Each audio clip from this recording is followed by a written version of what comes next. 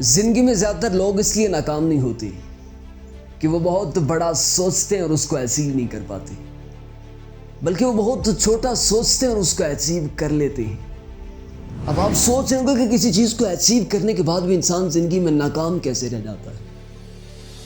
तो याद रखें कि जब इंसान छोटा सोच कर उसको अचीव कर लेता है ना, उस दिन से उसका कंफर्ट जोन स्ट्रेंथ स्ट्रांग हो जाता है।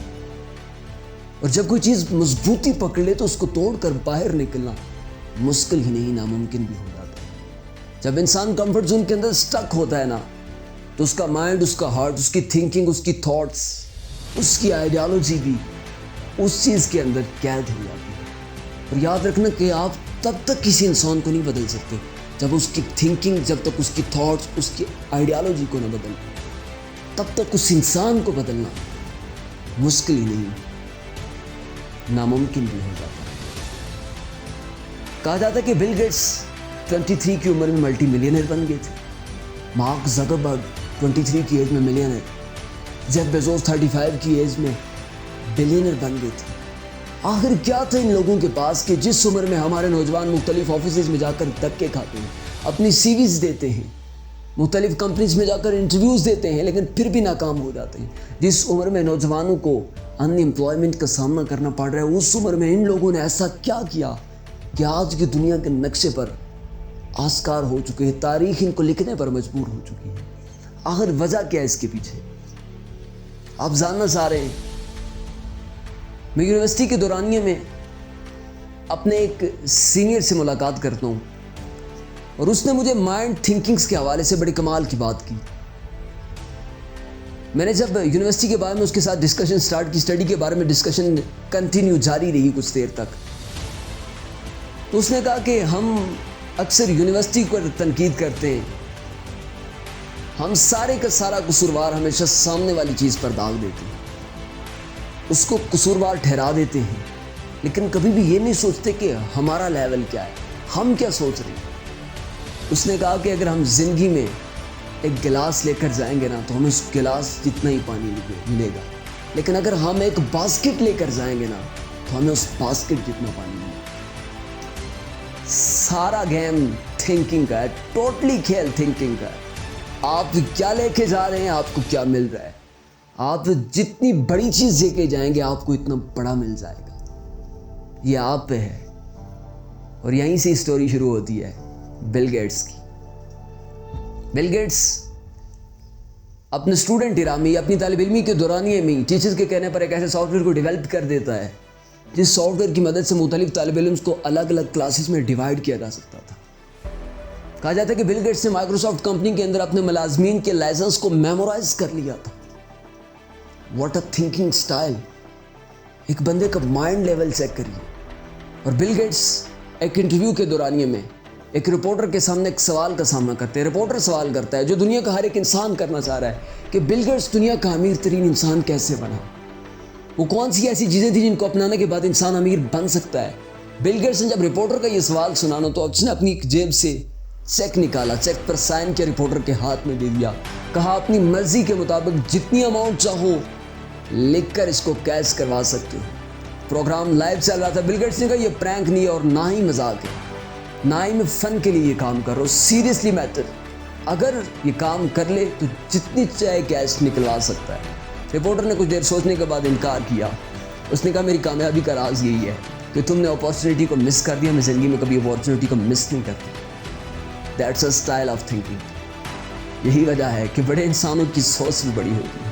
दूसरा इंसान जिसके बारे में हमने डिस्कशन करी, उसका नाम मार्क ज़करबर्ग है। 23 की एज में बनने वाला मिलियनर मार्क ज़करबर्ग। कहा जाता है कि मार्क ज़करबर्ग खुद को हमेशा चैलेंज करके काम करता है और फिर चैलेंज करने के बाद वो दुनिया की परवाह नहीं करता कि कोई मेरे बारे में क्या सोचेगा या मैं किसी चीज़ को सामने लेकर किस तरह उस मुकाम तक पहुंचूंगा।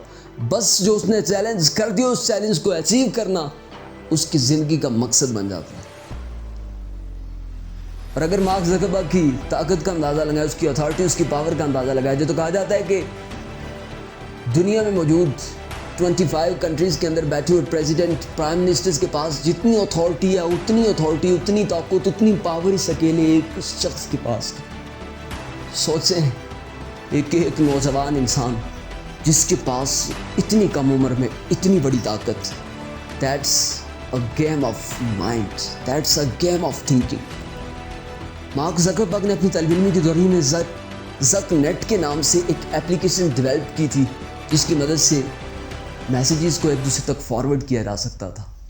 और इन एप्लीकेशन को ख़रीदने के लिए माइक्रोसॉफ्ट जैसी बड़ी बड़ी कंपनीज आ गई थी, उसे जॉब की ऑफ़र की थी, लेकिन उसने इनकार कर दिया था। अगली बात जो आप सुनेंगे ना, उसने इनकार करने के बाद इन एप्लीकेशंस को बिल्कुल फ्री इंटरनेट पर लॉन्च कर दिया था। बड़ा थिंकिंग स्टाइल। फिर वो ऑक्सफोर्ड में पढ़ने के लिए चले गए, क्योंकि ये काम वो एक कंपनी के लिए नहीं कर रहे थे, एक बंदे की सोच देखिए, वो दुनिया के लिए कुछ करना चाह रहे थे। ये होता है एक बड़े इंसान की बड़ी और मायारी सोच का अंदाज। तीसरा इंसान, दुनिया जिसे जेफ बेजोस के नाम से जानती है, अमेज़न का ओनर जेफ बेजोस। आखिर अमेज़न किस चीज़ का नाम था? जब इंसान अपनी कंपनी का नाम रखता है, अपने किसी ब्रांड का नाम रखते, तो अपने मज़हब के मुताबिक, अपनी रस्म और रवाज के मुताबिक। लेकिन आखिर अमेज़न किस चीज़ का नाम था और कहाँ से अलॉट किया गया? जेफ बेजोस कहते हैं कि यह नाम एक दुनिया की सबसे बड़ी नदी का नाम है, सबसे बड़े रिवर का, सबसे बड़े दरिया का नाम है, और मैं ज़िंदगी में इसे बड़ा बनाना चाहता हूँ, इसीलिए मैंने अमेज़न नाम अलॉट किया था।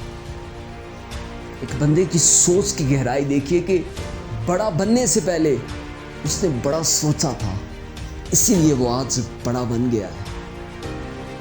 वो कहते हैं मेरे अमेज़न के अंदर लगने वाला ए, मैं इसको इसलिए लाइक करता हूँ कि मैं हमेशा अल्फ़ाबेट के लेवल के हिसाब से भी हमेशा फर्स्ट लाइन में फर्स्ट नंबर पर खुद को कंसिडर करवाना चाहता हूँ, और दुनिया में भी हमेशा फर्स्ट लाइन में बड़ी से बड़ी फहरिस्तों में हमेशा अपना फर्स्ट नंबर अलॉट करवाना चाहता हूँ। बंदे का सोचने का अंदाज देखिए। अगर इंसान सोचे तो इस बात का पता लगता है कि जब इंसान किसी चीज़ पर काम कर रहा हो और वो चीज़ इंसान के बिल्कुल सामने हो, तो फिर इंसान उस चीज़ को सोच कर, उस चीज़ के बारे में भी फ़वाइद को देख कर बात करेगा। और हमेशा उनकी कंपनी कस्टमर की नीड्स, कस्टमर के लिए बेनिफिट्स, कस्टमर के लिए इंसेंटिव्स देख कर बात करती है। तभी दुनिया में अमेज़न इतना बड़ा ब्रांड बन जाता है। ये होता है बड़े इंसानों की बड़ी सोच का अंदाज।